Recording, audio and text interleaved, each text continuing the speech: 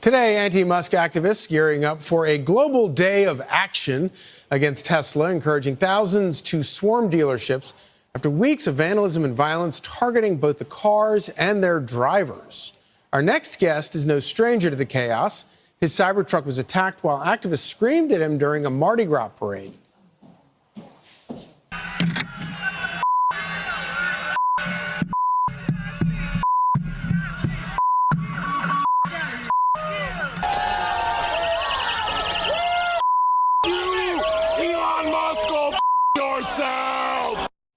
Tesla Cybertruck owner Josh Hazel joins us now. Thank you for joining us, Josh. So tell us about that ride you took through the Mardi Gras parade and what happened. Yeah, good morning. Thanks for having me. So the Mardi Gras parade, we were invited by the Orpheus, the crew of Orpheus, to participate in their Mardi Gras parade by being marshal escorts. So we escorted the marshals. There were 5 trucks total. And Orpheus has had Tesla's electric vehicles in general, but Tesla's the last 5 years in their parade. So it was not uncommon. It's not a new thing. The Cybertruck is just the latest model of Tesla. So it was they asked if they could get 5 Cybertrucks, and so the owners club enthusiasts put together 5 trucks and showed up there. The day leading up to that event was great. It was a lot of fun energy. It was a full day, a long day, but it was a lot of great energy working with the crew and with the floats and just, kind of being in that environment, everybody coming up, taking pictures of the trucks and, had them all decked out. When it got time for the parade itself, we lined up in the procession, and from the time we turned on to Napoleon Avenue, which is where the parade route starts, and the time we turned on, it was chaos. And the clips that you're seeing, those are a few seconds snapshot of the entire event, which was, for us was almost 2 hours, and for some of the drivers, 3 hours. And so that one event with the gentleman with the red coat, he comes running up from the back of the crowd with a handful of beads. At the time, this was at the very beginning, and our windows were down.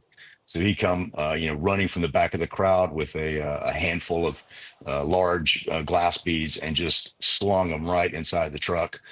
Hit my wife in the side of the head and then broke the glass trim in between the windows. Yeah. So it was an immediate vibe shift from the high energy plus positive to this. Yeah. So Josh, I'm assuming that when you decided to go to join this parade, you weren't trying to make a political statement by doing it. You were just trying to be in a parade. Yeah, absolutely. So also important to note is this took place back in the beginning of March, right? March 3rd. So before the dealerships were set on fire and all the craziness that ensued. So no political statements whatsoever by any of the crew members. Don't know the political leanings of course, not that it matters because this is actual violence and so damage was done to your truck. Your wife got hit in the head. You filed a police report. You have some sense that police are tracking down. May be able to. I mean, you look at that video. It looks like they ought to be able to identify some of these people. Yeah, and we actually had a citizen that reached out when they saw the news last week when it hit federal, or national news. They saw it and reached out with an even better picture. Said they actually witnessed the whole thing, took pictures of the guy, and interacted with him. And she filed a police report the next day. Still to this day hasn't heard back from the New Orleans PD, but we passed that along to the case agent that has our case. So we're talking today on a day where you have all these people who are talking about doing this across the country at dealerships. What is your view of all that? Well, I mean, we're completely fine with peaceful protesting, and that's certainly a right we have as Americans, and we're totally okay with that as long as there's not violence. It's fine to voice your opinion, and we're fine with that. But as long as they're not committing violence, we're actually at a national Tesla meet. We have an enthusiast group.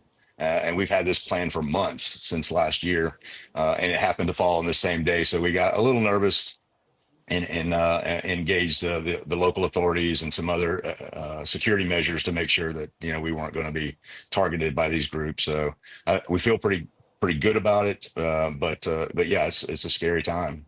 I'll be honest, Josh, you're just listening to you right now makes me want to go out and buy a Tesla, and I might just do that just to sort of thumb my nose at these wacko people.